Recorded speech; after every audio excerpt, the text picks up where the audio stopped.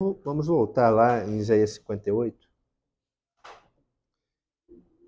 e o que eu vou tentar falar hoje, para complementar a minha ideia, vai no Isaías 59, em Isaías 64, em Efésios 2, Tiago 2 e Mateus 22. Então, se der tempo de falar tudo isso. Efésios 2 também, Tiago 2 e Mateus 22. Isaías 64 você já botou, né? Beleza. Então, o que a gente estava falando ontem, né? Deixa eu abrir aqui a minha aqui. Algumas coisas que eu vou falar hoje, talvez vocês vão estranhar algumas coisas que eu vou falar hoje, tá? Porque eu vou falar um pouco de fé e obras também. Começando em Isaías, mas eu vou usar esses textos que eu citei. Por que vocês vão estranhar? Porque vai contra o senso comum que algumas pessoas na igreja têm em relação a esse tema. Tá? Então, em Isaías 58, o que a gente estava conversando ontem? E no verso 2 ele fala assim, né? Que é um povo... Isaías 1, né? Não vou reler de novo, né? Isaías 1 ele coloca que o povo tem uma formalística religiosa, tem uma forma religiosa de adoração, que ela é zelosa. Assim como dos fariseus também era zelosa, né? Era um povo que jejuava, um povo que guardava as festas, era um povo que guardava o sábado, que dava o dízimo, né? Que fazia sacrifícios no templo. Mas Deus começa Isaías falando: eu não recebo as suas orações, os seus sacrifícios não me interessam. A guarda dos sábados, a guarda dos dias, tudo isso para mim é irrelevante. Por quê? Porque eu tenho algo contra vocês. Vocês estão desviados do meu propósito, desviados daquilo que eu queria que vocês estivessem fazendo como povo de Deus, povo que foi chamado e se chama pelo meu nome. Né? Então, de Isaías 1 até o 57, ele trabalha basicamente essa dinâmica. Né? Ele varia a maneira como aborda isso, mas basicamente é falando da iniquidade do povo e como o povo deveria se corrigir. É o chamado profético de Isaías. Aí no 58, no 1, ele fala assim: clama em alta voz, não te detenhas, levanta a tua voz como a trombeta e anuncia ao meu povo a sua transgressão. Ou seja, ele já fala assim: vai lá, Isaías, de novo, fala da transgressão do povo, né? E a casa de Jacó os seus pecados. Aí no 2, tá bom. Aí no 2 ele fala assim: todavia me procuram cada dia, tomam prazer em saber os meus caminhos. Bota no Ara, por favor, dentro da corrigida fiel. Eu gosto mais dessa versão. Vista atualizada, beleza. Mesmo nesse estado, ou seja, que estado? O estado de Isaías 1, o estado que ele está falando no verso 1. É um povo que transgride. Mesmo nesse estado, ainda me procuram dia a dia, tem prazer em saber os meus caminhos. Como povo que pratica a justiça e não deixa o direito do seu Deus, perguntam-me pelos direitos da justiça. Tem prazer em se chegar a Deus. Veja que ele faz uma divisão. Ele fala na primeira parte do versículo 2, né? Mesmo nesse estado, ainda me procuram. Tem prazer em saber meus caminhos. Só que na segunda parte do mesmo versículo ele fala, como o povo que pratica a justiça. Não quer dizer que é o povo que pratica. É como que se praticasse. Questiona Deus. Então você tem uma clara menção de Deus aí falando, olha, vocês até me buscam. Vocês até têm interesse em saber. Só que vocês estão desviados. Então, o que eu tentei salientar para vocês ontem, né? Que não é só a forma e não é só a intenção. São os princípios de Deus que são deixados de lado. A forma está correta, a boa intenção até existe, a intenção de fazer algo para Deus até existe, mas como eles estão desviados dos propósitos, dos princípios de Deus, né? Aquilo que é o cerne do que Deus quer, seria como, vou dar um exemplo, é quase como se fosse um efeito dominó, né? Você começou errado, o início da coisa, como a coisa começou, já começou errado, então não tem como as intenções e o desaguar das intenções, que são as ações, estarem corretas. Então, intenções e ações estão desalinhadas porque o propósito, né, porque o cerne da coisa já começa errado, já começou desviado. E aí, os princípios, né, ou o propósito, chame como quiser, mas acho que a questão é que apresentar uma boa intenção com um propósito errado ou sem o entendimento da mente de Deus vai fazer você achar que está no caminho certo, mas não está. O fariseu era assim, né? O fariseu subia no monte para orar, segundo aquele conto, né, que Jesus fala, 2 homens sobem ao templo, um é um fariseu e um publicano, e o fariseu ele fala, graças ao Senhor que eu não sou como esse publicano, né? E Jesus fala que o fariseu ele orava de si para si mesmo, né? Jesus usa essa expressão, orando de si para si mesmo. Ou seja, por que ele está falando isso? Porque essa oração não está chegando a Deus, ele não está orando para Deus. Ele está orando meio que para se convencer de que o que ele está fazendo tem intenções boas e tem justiça em si mesmo. E o publicano não, o publicano se esvaziou, falou, eu sou nada, sou pecador. Então, esse contexto está aqui, logo no início. Né? Ele falou, esse povo até se move na minha direção, mas como ele começou errado, ele não entendeu o princípio, ele não entendeu o propósito, não tem como a coisa terminar bem. Começou errado, vai terminar errado. Então, a gente tem que voltar ao início do nosso relacionamento com Deus e começar a analisar quais são os princípios e propósitos que fazem a gente se mover como a gente deve se mover.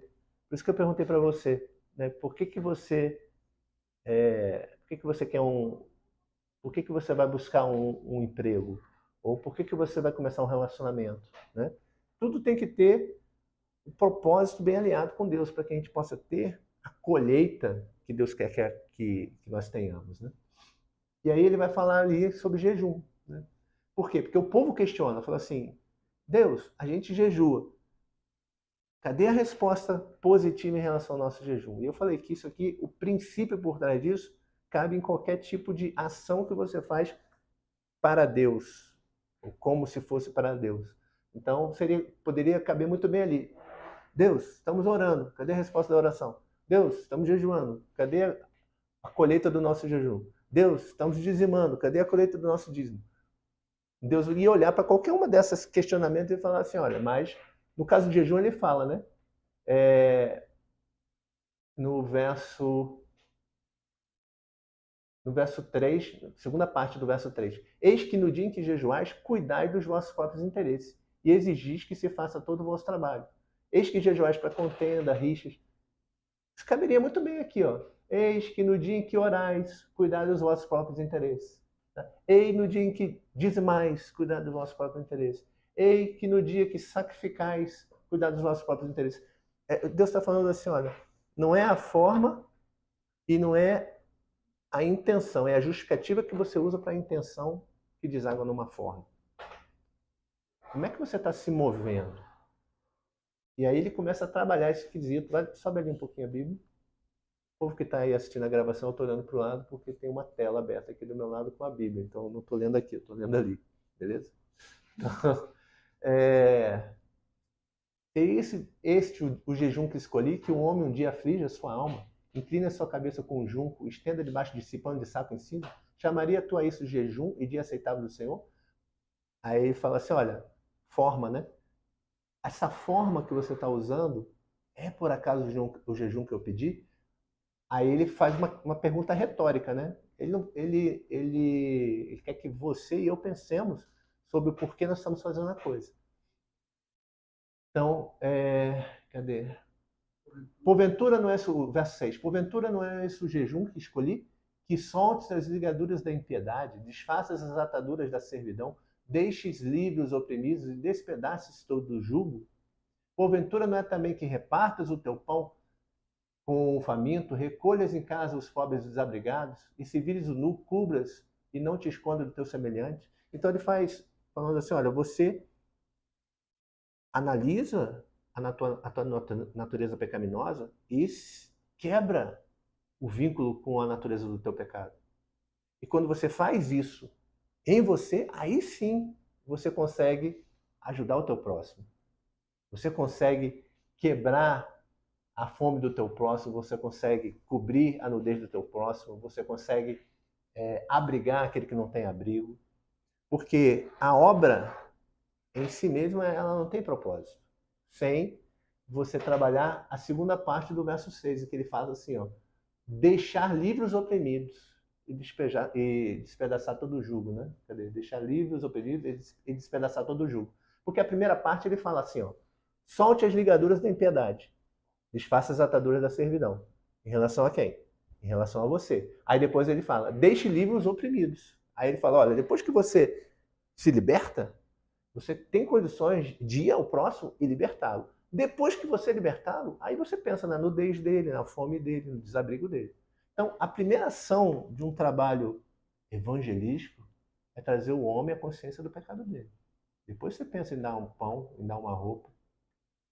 Normalmente a gente faz isso conjugado. Mas o que eu estou tentando dizer? Não adianta eu dar a roupa e não falar que ele é pecador. Não adianta eu dar um pão para ele comer e não falar que ele precisa se arrepender. Você vai encher um estômago que vai voltar a ficar vazio. Você vai abrigar um corpo que vai voltar a sentir frio. No entanto, o que Deus está falando assim, olha, pense na eternidade dele. Quando Jesus fala para a mulher samaritana, olha, se você tomar da água que eu tenho para oferecer, você nunca mais sente sede. Seria como eu botasse aqui, nesse contexto de Isaías 58, né? Depois que você soltar as ligaduras da impiedade, desfazer as ataduras da servidão, você vai poder deixar livre o oprimido e despedaçar o jugo que tem sobre ele. E aí ele nunca mais vai sentir comida, vai sentir fome por falta de comida, vai sentir frio por falta de roupa e vai se sentir desabrigado porque não tem onde ser guardado. Estão entendendo isso? Então o contexto de Deus aqui com o povo é o seguinte: vocês estão indo para o caminho errado com uma intenção desviada porque vocês não entenderam os princípios de quê? Porque eu chamei vocês como uma nação para ser santificadora e não buscar coisas para vocês mesmos. Não exaltação própria, não autoexaltação. Por isso é o chamado de Abraão, né? Que ele fala aqui, chama Abraão para ser uma bênção. Ele chamou Israel para ser fonte de bênção. Por que para a igreja seria diferente?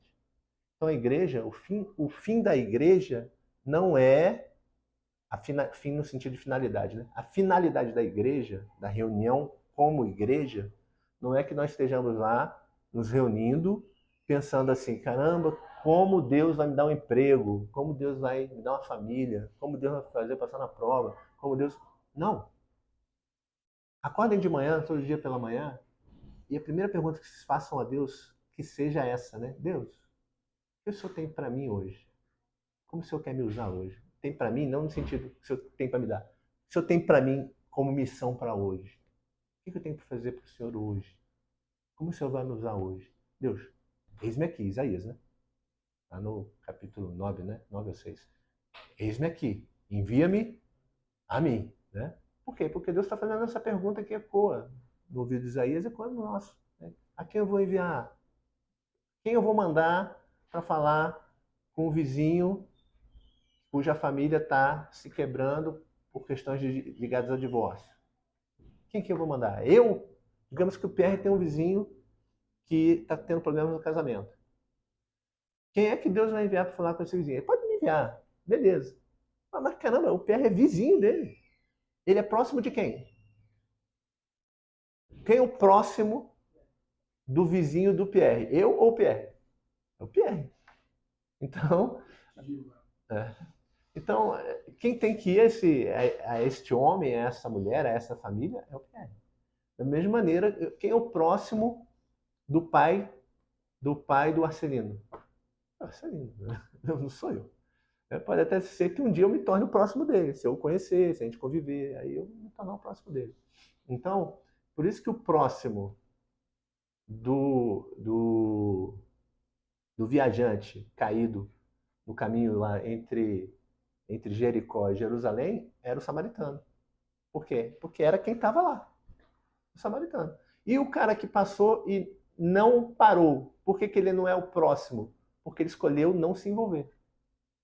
Ele escolheu não se envolver. Ele estava próximo fisicamente, mas ele, por uma escolha, falou assim, eu não quero ser esse próximo. Eu não quero me envolver. E a igreja ela está sendo contaminada por esse sentimento de não envolvimento. A gente não assume a responsabilidade pelos campos de batalha onde nós somos instados a estar trabalhando, onde a gente é levado a estar trabalhando. Por exemplo, tem um problema na minha sessão. A minha sessão é muito ruim. Nessa sessão que é muito ruim, o chefe não é dotado de ética nem de graça. Os subordinados não são dotados de ética nem de graça. O lugar é o inferno. Aí eu pergunto, quem é que vai fazer aquelas pessoas chegarem ao conhecimento da graça e da ética? Um cristão ou não cristão? Um cristão. Então, porque a maioria das vezes, em 99% dos casos, a gente vai ver o cristão pedindo para sair de lá e não para ir para lá. Porque ele não assumiu a responsabilidade, é isso. E não quer se envolver. Porque a verdadeira igreja, ela tem que querer se envolver com quem? Com o problemático, com o difícil, não com o fácil. Por quê? Porque foi assim que Cristo agiu. Ele chega e fala o quê? Olha, não são os saudáveis que precisam de médico. Quem que precisa de médico? Os enfermos. Então, se são os doentes, por isso que ele vinha e se sentava com quem? Prostituta, publicano e pecador. Então, ele não veio para chegar e pegar o camarada que vive uma vida reta e justa diante de Deus. Ninguém é justo, tá? Mas vocês estão entendendo o que eu estou falando, né? O melhorzinho. Não, ele quer o pior. Cristo, ele queria o pior, não o melhorzinho. Vamos dizer assim. A gente não, a gente tem esse sentimento ao contrário. Então, isso faz com que você comece a orar e a agir pelas coisas erradas. É o povo ali. E às vezes achando que está certo. Não, mas eu estou fazendo a vontade de Deus. E aí vai chegar no final dos tempos, Cristo vai olhar e vai falar assim, apartai-vos de mim, porque eu não vos conheço. Apesar de ser um povo que tinha feito. E tinha intenção. Essas são as duas palavras-chave aqui. Eles faziam, por quê? Falaram, expulsei no teu nome. Quando ele fala assim, eu expulsei demônios no teu nome, ou seja, tinha ação, eu expulsei demônios. Com a intenção, glorificar o nome de Deus, né? No teu nome. Né? Eu curei enfermos, no teu nome. E ele fala assim, ó, nem a tua ação, nem a tua intenção estão sendo levados a cabo aqui, mas os princípios. Entendo que isso é muito profundo e 90% ou mais das pessoas que estão nas igrejas não entendem isso. E aí eles estão achando que estão justificados diante de Deus. E não estão. E aí, basicamente, ele vai trabalhar isso no 58. Aí eu vou um pouquinho mais para frente agora e tentar avançar no que eu queria falar. Lá no verso... Olha aqui, ó. Não, no 58 ainda. Porventura não é também que repartes o teu pão no 7, né? Com o faminto, recolhas em casa os pobres, desabrigados, e se vires o nu, cubras. E não te escondas do teu semelhante, que é a última frase do verso 7. Se envolva, né? Basicamente ele está dizendo isso. Não é igual o levita e o sacerdote que passam na estrada para Jericó, vem o cara e se escondem do semelhante. Viam de lado e falam assim, eu estou muito ocupado. Por que ele estava muito ocupado? Porque ele ia fazer a obra de Deus. Irmãos, é isso. Tipo assim, eu estou atrasado, é isso. Eu estou muito ocupado fazendo a obra de Deus para me importar com o meu próximo. Eu estou muito ocupado para fazer a obra de Deus, né? Vamos lá. Está atrasado para o culto? Ele ia para o templo? Isso não fica tão claro. Mas fato é que o envolvimento dele com o possível cadáver que estava ali quebrava uma regra ritualística de você não tocar em morto. Beleza? Então, ele podia estar atrasado para o templo, ele podia estar preocupado em fazer a vontade de Deus, mas isso se traduz sim. Não, eu estou preocupado em me guardar conforme os mandamentos de Deus, então eu não vou ali. Eu não vou me envolver nisso. É o argumento dos fariseus com Cristo. Pô, você curou no sábado, velho. Como assim você curou no sábado? Se você curou no sábado, você quebrou o mandamento de Moisés. Né? Então, você sai em pecado. Aí Cristo fala, mas peraí. Então, quer dizer que não é lícito fazer o bem no sábado? Então, você está tão envolvido fazendo a obra de Deus que você esqueceu do Deus da obra. Entendeu? A questão de Isaías é essa. Olha, você está fazendo jejum, orando, tal, dizendo que está fazendo a obra de Deus, ou seja, o formato está legal, A intenção ela até existe, mas como você começou com o princípio errado, você vai parar no destino errado. Então, no verso 8: então romperá a tua luz como a alva, a tua cura brotará sem detença, a sua justiça irá diante de ti, e agora o Senhor será a tua retaguarda. Então aí você vai conseguir emanar a justiça de Deus para as pessoas.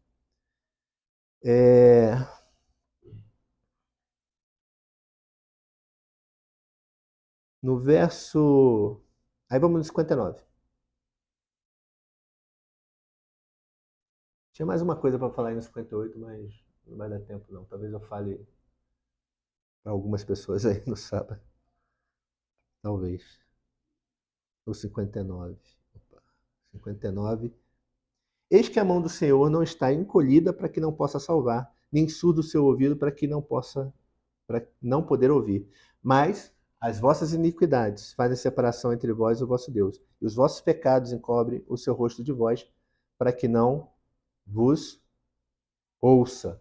Então ele está falando assim, olha, se vocês se posicionarem com integridade, se vocês entenderem os princípios de que eu chamei vocês não para si mesmos, mas para o outro, para vocês serem fonte de bênção, né?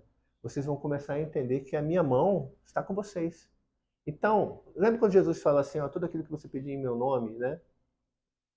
Meu Pai vai ouvir, vai fazer? E que Tiago fala que, olha, você pede, mas você pede para o seu próprio interesse, por isso que suas orações não são atendidas. Esse princípio está aí. Ele termina a ideia do 58, iniciando o 59, falando assim, olha, eu tenho uma bênção aqui para você. Eu tenho um sim para a tua oração. Por quê? Porque no 58 eles questionam, a gente jejua e o Senhor não ouve. Aí no 59, depois dele argumentar, no 59 ele fala assim, eu ouço. Né? Eu ouço vocês. Só que vocês estão com o princípio errado. Vocês erraram o alvo, né? Que é a definição de pecado.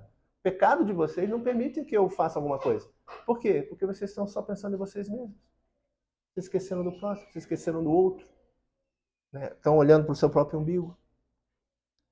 E aí vai lá no 64, Isaías 64.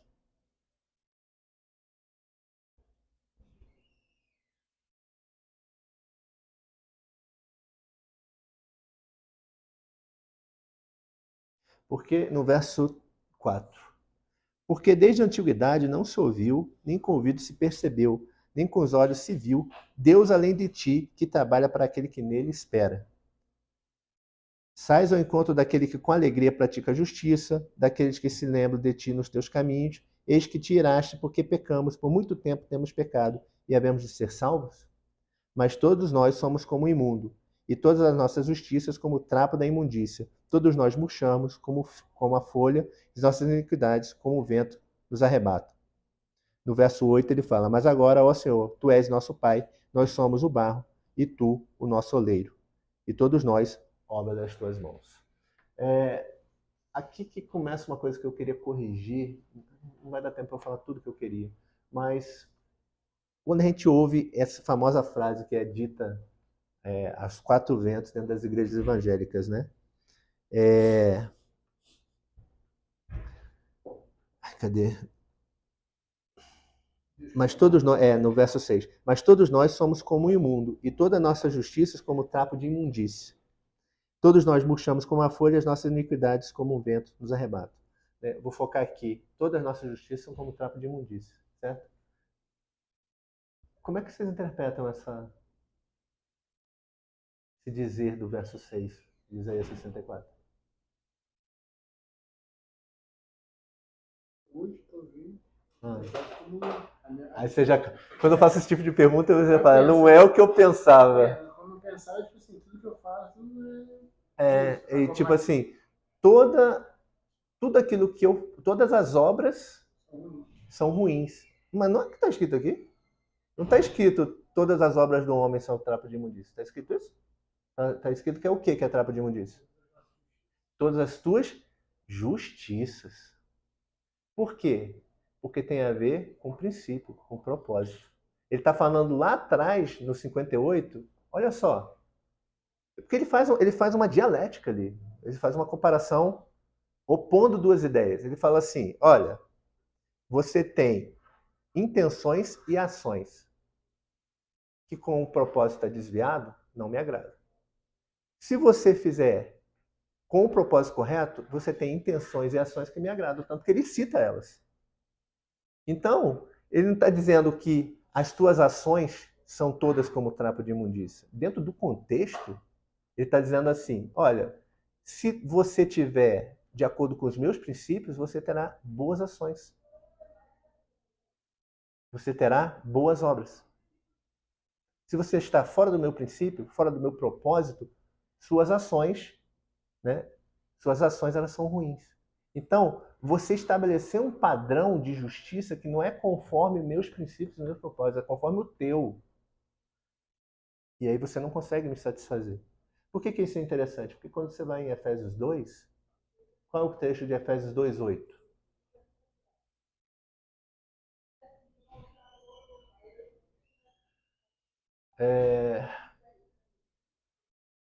Deixa eu ver se eu preciso ler um pouco antes.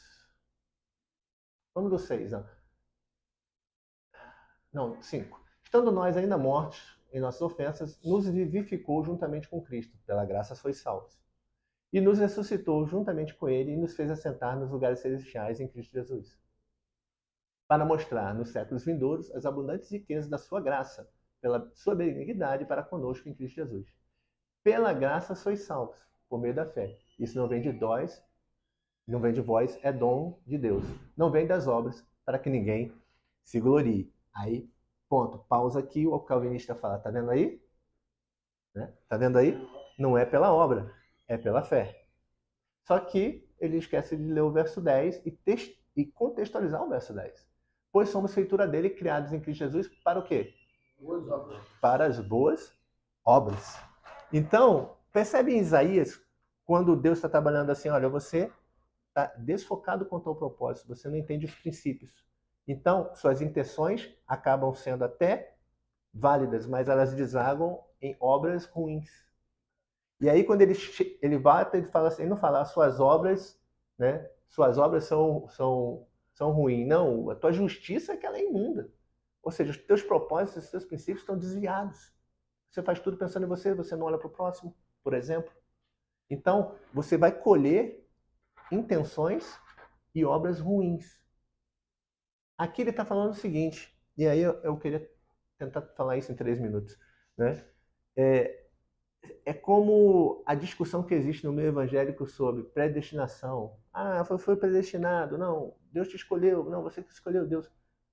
Pessoal, essa discussão não faz sentido do ponto de vista de um Deus que é além do tempo, ele é fora do tempo. Não faz sentido. Assim, é esquizofrênica essa discussão.